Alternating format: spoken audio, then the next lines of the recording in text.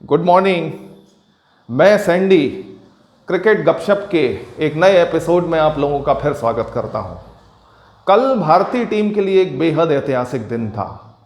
कल भारतीय cricket team ने 50 साल के लंबे अंतराल के बाद इंग्लैंड की टीम को ओवल में हराया। इससे पहले 1971 में भारत ने आखिरी बार ओवल टेस्ट में इंग्लैंड को हराया था और अब 2021 में विराट सेना ने दोबारा से इस करिश्मे को दोहराया और इंग्लैंड को ओवल टेस्ट में हराया। भाई वाह, कल का तो दिन गजब का दिन था। हर भारतीय क्रिकेट प्रेमी के लिए कल का दिन बेहद शानदार था। भारतीय गेंदबाजों ने इस सीरीज में एक बार फिर से अपने टैलेंट का लोहा मनवा दिया। कल का दिन शुरू होने से पहले इस टेस्ट के 3 रिजल्ट पॉसिबल दिख रहे थे। पहला, भारत की जीत, दूसरा इंग्लैंड की जीत और तीसरा ड्रॉ। इंग्लैंड के दिग्गज माइकल वॉन, आर्थरटन, क्रिस ब्रॉड ये भविष्यवाणी कर रहे थे कि इस डेड विकेट पर इंग्लैंड के बैट्समैन ये टारगेट आसानी से अचीव कर लेंगे। लेकिन मेरा सोचना इससे बिल्कुल उलट था।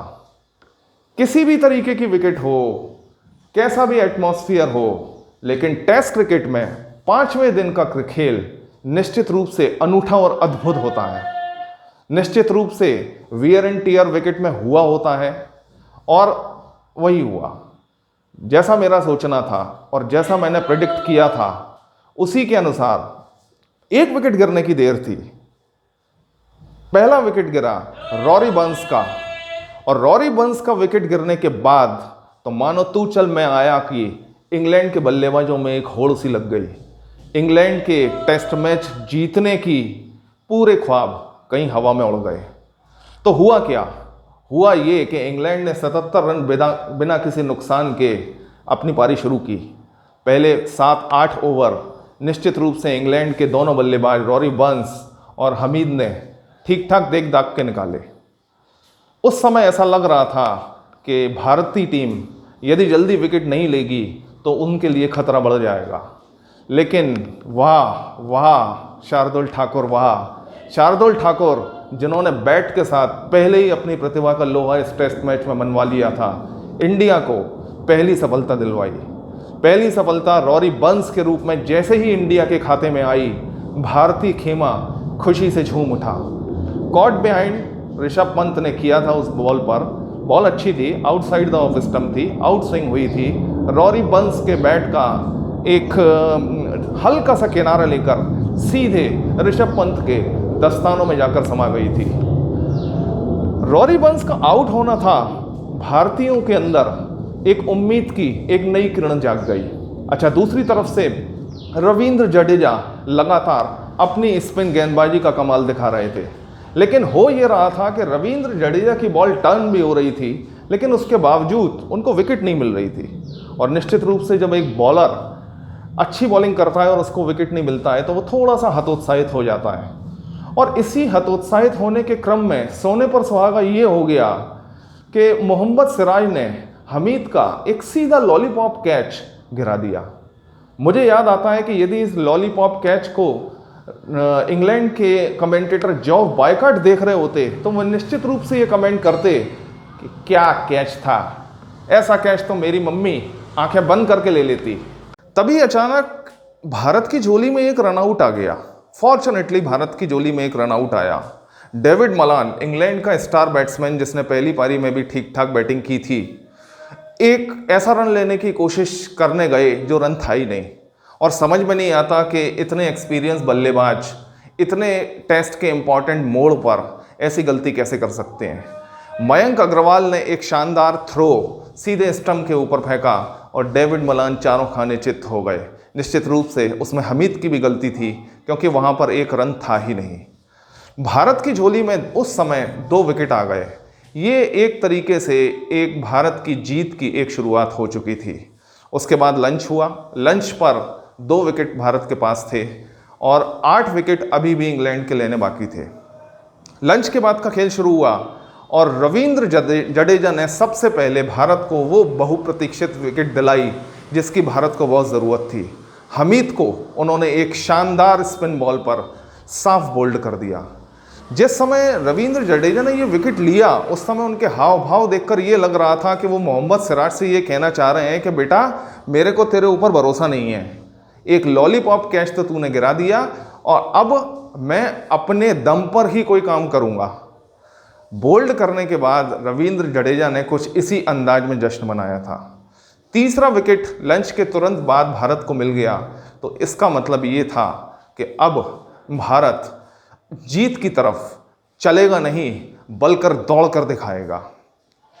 3 विकेट गिरने के बाद इंग्लैंड पूरी तरीके से बैकफुट पर आ चुका था और अब ये साफ दिखाई दे रहा था कि इंग्लैंड अब जीतने के लिए हाल फिलहाल तो खेलने वाला नहीं है। अब इसके आगे क्या हुआ? अब इसके आगे ये हुआ कि भारत के कप्तान विराट कोहली ने अपने सबसे अनुभवी गेंदबाज जसप्रीत बुमराह को वापस बॉलिंग पर लगाया। मैं ये देखकर बिल्कुल हैरान रह गया कि जसप्रीत बुमराह जो अभी तक एक भी विकेट लेने के लिए तरस रहे थे और जिनकी बॉलों में कुछ खास मूवमेंट या स्विंग कुछ भी नहीं दिखाई दे रहा था, एकदम से आग उगलने लगे। मैंने अपनी पूरे क्रिकेट कैरियर में जसप्रीत बुमराह का इतना शानदार, इतना लाजवाब, इतना पेसी, इतना फायरी स्पेल मैंने नहीं देखा। विकेट उन्होंने केवल 2 लिए, लेकिन जितनी आग उगलती हुई गेंदों को का उन्होंने इंग्लैंड के बल्लेबाजों को सामना कराया था, हाल फिलहाल तो मैंने नहीं देखा। 2 खूबसूरत बॉलों पर 2 खूबसूरत और बड़े विकेट जसप्रीत बुमराह ने लिए। पहले ओली पॉप को बोल्ड किया और उसके बाद एक शानदार इन स्विंगिंग यॉर्कर से बेरिस्टो के उन्होंने विकेट उड़ा दिए।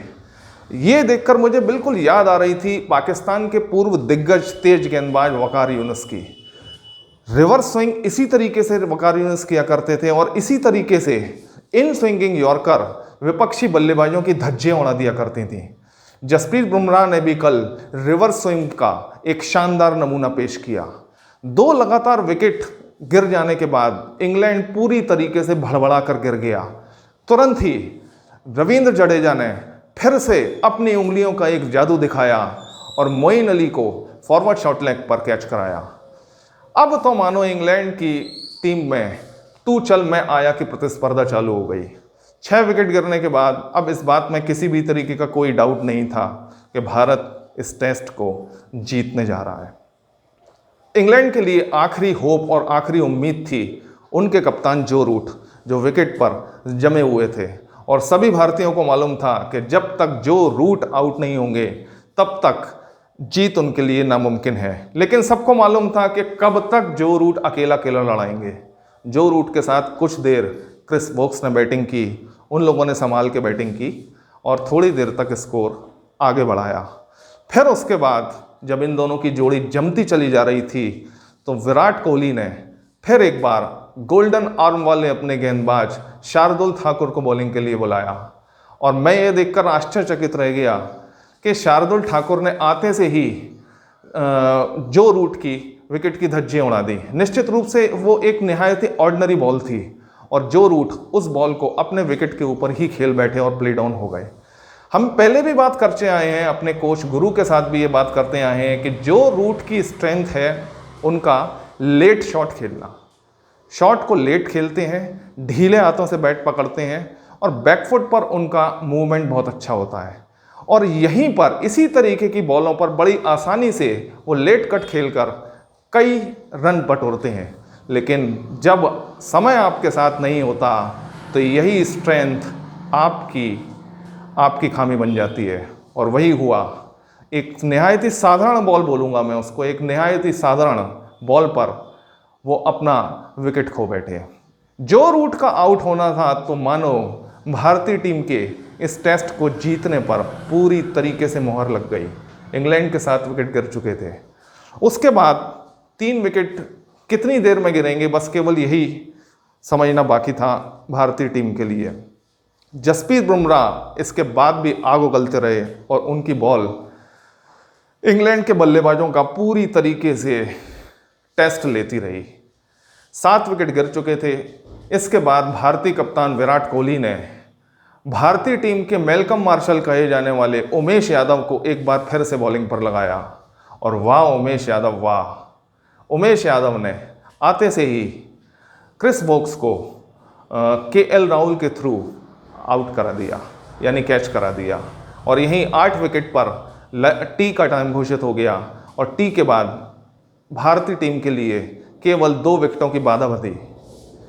टी के बाद खेल फिर से शुरू हुआ और फिर से बॉल एक बार फिर से आई उमेश यादव के हाथ में, और उमेश यादव ने अब की जिस बॉल पर क्रिस ओवर्टन के डंडे बिखेरे, वो मेरे हिसाब से एक बहुत ही लाजवाब बॉल थी।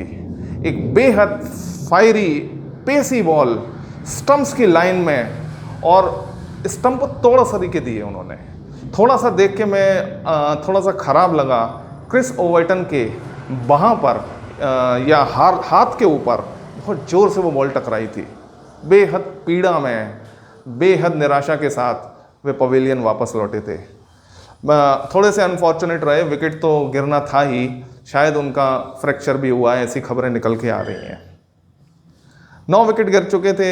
एक आखिरी विकेट के रूप में जेम्स एंडरसन पहुंचे थे, उनके साथ में रॉबिन्सन थे, और फिर थोड़ी 1 या 2 ओवर के बाद कॉट बिहाइंड की एक ज़ोरदार अपील हुई एंडरसन के अगेंस्ट में, और एंडरसन आउट हुए, और इसी के साथ शुरू हो गया भारतीय टीम का जश्न मनाने का सिलसिला।